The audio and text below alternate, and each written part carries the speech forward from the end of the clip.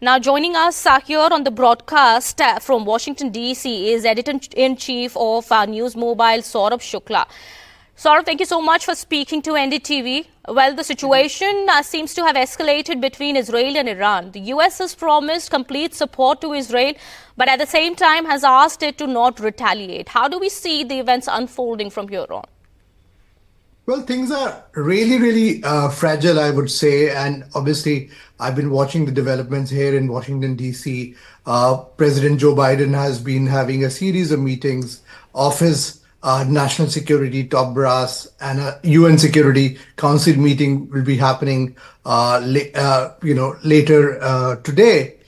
Clearly, I see three dimension if this escalates. One, obviously, there's an economic dimension because you will have impact on energy prices. You will also have impact on transportation, be it aviation or sea lanes of communication, that will get impacted. And certainly, Middle East at this stage becoming yet another flashpoint is not good for the world. That's the reason why diplomacy must take center stage. And this is what is going to happen in the next few hours. Already, there are efforts that Iran should not escalate beyond this. Also, Israel is being asked that they should not respond to this. But I see some kind of, the possibility of a middle ground coming up seems remote at this stage. India has its concerns as well. As you know, that we have some of the sailors who are there on the ship that was seized by Iran. That is a concern for us. Also, for India, we are in the middle of the elections. US is going to have elections later this year. Certainly, we cannot have a situation where there's another war. Already, the world is reeling under the Russia-Ukraine conflict.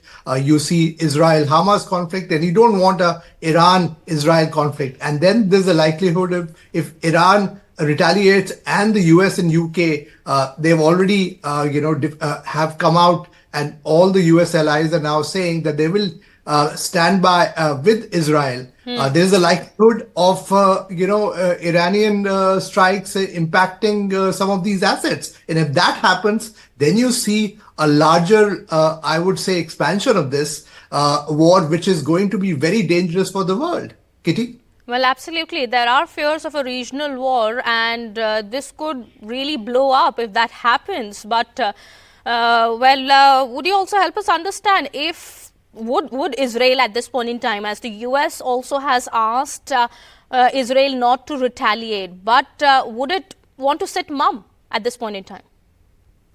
See, I would say that, there is a domestic reason as well. The Israeli Prime Minister Benjamin Netanyahu is also facing a big dissent within his own country. And he also has to demonstrate that he still enjoys the confidence of the people and he can defend the Israeli people. That's the reason why there's more pressure on him also to retaliate. In the past as well, if you see when it came to Gaza, despite US's best efforts, he's not gone on the same tangent which President Biden would have wanted him to do. In this case, there are chances that he will unilaterally retaliate. If he does, certainly there will be escalation. So the next few hours are going to be very crucial, and we have to watch very closely if diplomacy will be able to prevail over, the Israeli leadership not to retaliate at this stage.